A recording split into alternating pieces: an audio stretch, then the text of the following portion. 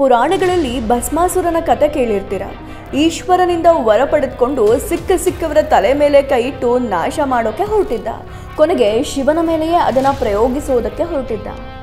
ನನಗೆ ಈಗಿನ ಸಿಚುವೇಶನ್ಗೆ ಟ್ರಂಪ್ ನೋಡಿದರೆ ಭಸ್ಮಾಸುರ ಅಂತ ಫೀಲ್ ಆಗ್ತಾ ಇದೆ. ಟ್ರಂಪ್ ಭಸ್ಮ ಮಾಡ್ತಾ ಇರೋದು ಕಂಪನಿಗಳನ್ನು, ಅದು ಅವರದ್ದೇ ದೇಶದ ಕಂಪನಿಗಳನ್ನು. ಈ ಸಲ ಅವರ ಟಾರ್ಗೆಟ್ ಐಫೋನ್ ಮೇಲೆ ಕೈ ಇಟ್ಟರೆ ಐಫೋನ್ ಸ್ವಾಹ ಅನ್ನೋ ಹಾಗಾಗಿದೆ. ಇದೆಲ್ಲ ಅವರಿಂದನೇ ಆಗುತ್ತೆ ಅಂತಲ್ಲ, ಅವರ ಒಂದಿಷ್ಟು ನೀತಿಗಳಿಂದ ಅಂತೂ ಆಗೇ ಆಗುತ್ತೆ. ಯಾಕಂದರೆ ಟ್ರಂಪ್ ಇತ್ತೀಚೆಗೆ ಆ್ಯಟಿಟ್ಯೂಡ್ ಮೂಲಕ ಪಾಲಿಟಿಕ್ಸ್ ಮಾಡೋಕ್ಕೆ ಶುರು ಮಾಡ್ಕೊಂಡಿದ್ದಾರೆ. ಈ ಸಲ ಅವರ ಆ್ಯಟಿಟ್ಯೂಡ್ ಹಾಗೂ ಕೋಪ ಆ್ಯಪಲ್ ಕಂಪನಿ ಮೇಲಿದೆ. ಟ್ರಂಪ್ ಕಳೆದ 10 ದಿನಗಳಿಂದ ಯುದ್ಧ ನಾನು ನಿಲ್ಲಿಸಿದ್ದು ಅಂತಲೇ ಹೇಳ್ಕೊಂಡು ಬಂದಿದ್ರು. ಇದು ಹೆಂಗಾಯಿತು ಅಂದರೆ, ಮಕ್ಕಳು ನನ್ನ ಪೆನ್ಸಿಲ್ ಅಂತ ಹಠ ಮಾಡ್ತಾವಲ್ಲ ಹಾಗೆ. ಆದರೆ ಭಾರತ ಟ್ರಂಪ್ ಶಾಂತಿದೂತ ಆಗೋ ಕನಸನ್ನು ನುಚ್ಚು ಮಾಡ್ತು. ಆಗ ಟ್ರಂಪ್ ಕೈ ಹಿಸ್ಕೊಳ್ಳೋಕೆ ಶುರು ಮಾಡ್ತಾರೆ. ಅದಕ್ಕಾಗಿ ಟ್ರಂಪ್ ಆ್ಯಪಲ್ ಕಂಪನಿಯ ಸಂಸ್ಥಾಪಕರಾದ ಟಿಮ್ ಕುಕ್ಗೆ ಹೇಳ್ತಿದ್ದಾರೆ, ನೀನೇನಾದರೂ ಇಂಡಿಯಾದಲ್ಲಿ ಐಫೋನ್ ಮ್ಯಾನುಫ್ಯಾಕ್ಚರ್ ಮಾಡಿದರೆ ನಾನು ಸುಮ್ಮನೆ ಇರೋದಿಲ್ಲ ಅಂತ. ಡೈರೆಕ್ಟಾಗಿ ಅಂತೂ ಅವ್ರ ಕೈಯಲ್ಲಿ ಏನೂ ಮಾಡ್ಕೊಳೋಕೆ ಆಗೋದಿಲ್ಲ, ಆದರೆ ಟ್ಯಾಕ್ಸ್ ಜಾಸ್ತಿ ಮಾಡ್ತಾರೆ. ಇದನ್ನು ನೋಡಿ ಜನ ಹೇಳ್ತಿದ್ದಾರೆ, ವೈಟ್ ಹೌಸ್ನಿಂದ ಹೊಗೆ ಬರ್ತಾ ಇಲ್ಲ, ಆದರೆ ಟ್ರಂಪ್ನ ಹೇಳಿಕೆಯಿಂದ ಹೊಟ್ಟೆ ಕಿಚ್ಚಿನ ಹೊಗೆ ಬರ್ತಿದೆ ಅಂತ. ಈಗ ಟಿಮ್ ಕುಕ್ ಯೋಚನೆ ಮಾಡ್ತಾ ಇದ್ದಾರೆ, ಓ ಗಾಡ್, ಈ ಮನುಷ್ಯ ಎಲ್ಲಿಂದ ಸಿಕ್ಕಿದ ನನಗೆ ಅಂತ. ಟ್ರಂಪ್ನ ಈ ನಿರ್ಧಾರದಿಂದ ಟಿಮ್ ಕುಕ್ಗೆ ಐಫೋನ್ ಏನಾದರೂ ಬ್ಲ್ಯಾಕ್ಬೆರಿ ಫೋನ್ ಥರ ಆಗ್ಬಿಡುತ್ತೋ ಅನ್ನೋ ಭಯ ಶುರುವಾಗಿದೆ. ಬ್ಲ್ಯಾಕ್ಬೆರಿ ಫೋನ್ ಆಗಿನ ಕಾಲದಲ್ಲಿ ನಂಬರ್ 1 ಫೋನ್ ಆಗಿತ್ತು. ಟ್ರಂಪ್ ಮೇ 23ಕ್ಕೆ ಟಿಮ್ ಕುಕ್ಗೆ ಬೆದರಿಕೆ ಹಾಕ್ತಾರೆ, ಐಫೋನನ್ನು ಭಾರತದಲ್ಲಿ ತಯಾರು ಮಾಡಬೇಡಿ ಅಂತ.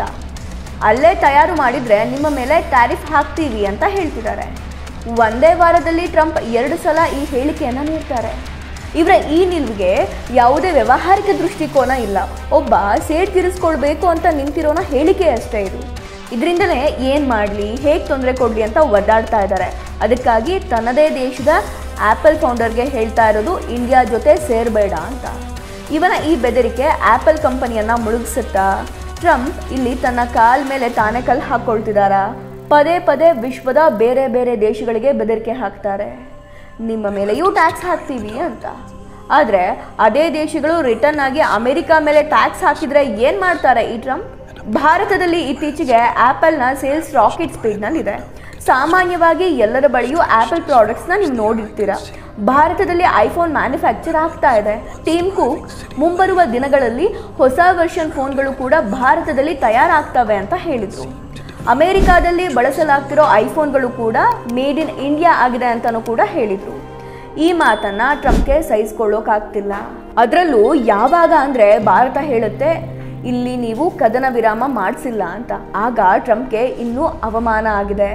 ಆ್ಯಪಲ್ ಏನಾದರೂ ಭಾರತದಿಂದ ಹೊರಟು ಹೋದರೆ ಅದರ ಬೆಲೆ ಜಾಸ್ತಿ ಆಗುತ್ತೆ, ಕೆಲಸಗಳು ಹೋಗ್ತವೆ, ಪಾಲಿಟಿಕ್ಸ್ನಿಂದ ಟೆಕ್ನಾಲಜಿ ಬಲಿಯಾಗುತ್ತೆ. ಇದೇ ರೀತಿಯಾಗಿ ಬ್ಲ್ಯಾಕ್ಬೆರಿಯ ಜೊತೆಯೂ ಕೂಡ ಆಗಿತ್ತು. ಆಗಿನ ಕಾಲದ ನಂಬರ್ 1 ಫೋನ್ ಆಗಿತ್ತದು. ಈಗ ಐಫೋನ್ ಯೂಸ್ ಮಾಡೋ ಹಾಗೆ ಬ್ಲ್ಯಾಕ್ಬೆರಿಯನ್ನು ಯೂಸ್ ಮಾಡ್ತಾ ಇದ್ರು.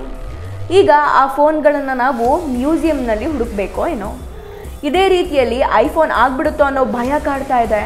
ಆ್ಯಪಲ್ ಸಿಇಒಗೆ ಈಗ ಆ್ಯಪಲ್ನ ಶತ್ರು ಇನೋವೇಷನ್ ಅಲ್ಲ, ಯಾಕಂದರೆ ಇನೋವೇಷನ್ನಲ್ಲಿ ಆ್ಯಪಲ್ ತುಂಬ ಮುಂದುವರೆದಿದೆ. ಆದರೆ ಇದರ ನಿಜವಾದ ಶತ್ರು ಅಂದರೆ ಭಸ್ಮಾಸುರ ಅಂತಿದ್ದೀವಲ್ಲ, ಇದೇ ಟ್ರಂಪ್. ಐಫೋನ್ ಭಾರತ ಮತ್ತು ಚೀನಾ ಬಿಟ್ಟು ಅಮೆರಿಕಾದಲ್ಲಿ ತಯಾರಾದರೆ ಅದರ ಬೆಲೆ 3.5 ಲಕ್ಷದಷ್ಟಾಗುತ್ತೆ. ಅಷ್ಟೊಂದು ದುಡ್ಡು ಕೊಟ್ಟು ಕೊಂಡ್ಕೊಳ್ಳೋರು ಯಾರು? ಕೆಲವೊಂದಷ್ಟು ಜನ ತೆಗೆದುಕೊಳ್ಬೋದು. ನಿಧಾನವಾಗಿ ಐಫೋನ್ ಸೇಲ್ಸ್ ಬಿದ್ದೋಗುತ್ತೆ. ಇದರ ಮಧ್ಯ ಸ್ಯಾಮ್ಸಂಗ್ ಹಾಗೂ OnePlus ಅಂತ ಮೊಬೈಲ್ಗಳು ಇನ್ನೂ ಇನೋವೇಷನ್ ಮಾಡಿ ಐಫೋನ್ ಪ್ಲೇಸ್ಗೆ ಬರುತ್ತೆ. ಇದರ ಮಧ್ಯ ಅಂಬಾನಿ ಅದಾನಿ ಏನಾದರೂ ಮನಸ್ಸು ಮಾಡಿದರೆ ಕಥೆಯೇ ಬೇರೆ ಆಗುತ್ತೆ. ಟ್ರಂಪ್ ಹಠವಾದಿ, ಯಾಕಂದರೆ ಅವರ ಲಾಸ್ಟ್ ಟರ್ಮ್ ಎಲೆಕ್ಷನ್ ಇದು. ಇವಾಗ ಅವರಿಗೆ ನೊಬೆಲ್ ಪ್ರೈಸ್ ಬೇಕಾಗಿದೆ. ಟ್ರಂಪ್ಗೆ ಇಂಟರ್ನ್ಯಾಷನಲಿ ಇನ್ಸಲ್ಟ್ ಆಗಿದೆ. ಸೊ ಭಾರತದ ವಿರುದ್ಧ ಅವರು ಯಾವ ಮಟ್ಟಕ್ಕಾದರೂ ಇಳಿಬಹುದು. ಅಂತಹ ಅಹಂಕಾರಿ ಭಸ್ಮಾಸುರ ಈ ಟ್ರಂಪ್. ಇದಾಗಿತ್ತು ಈ ಹೊತ್ತಿನ ವಿಶೇಷ.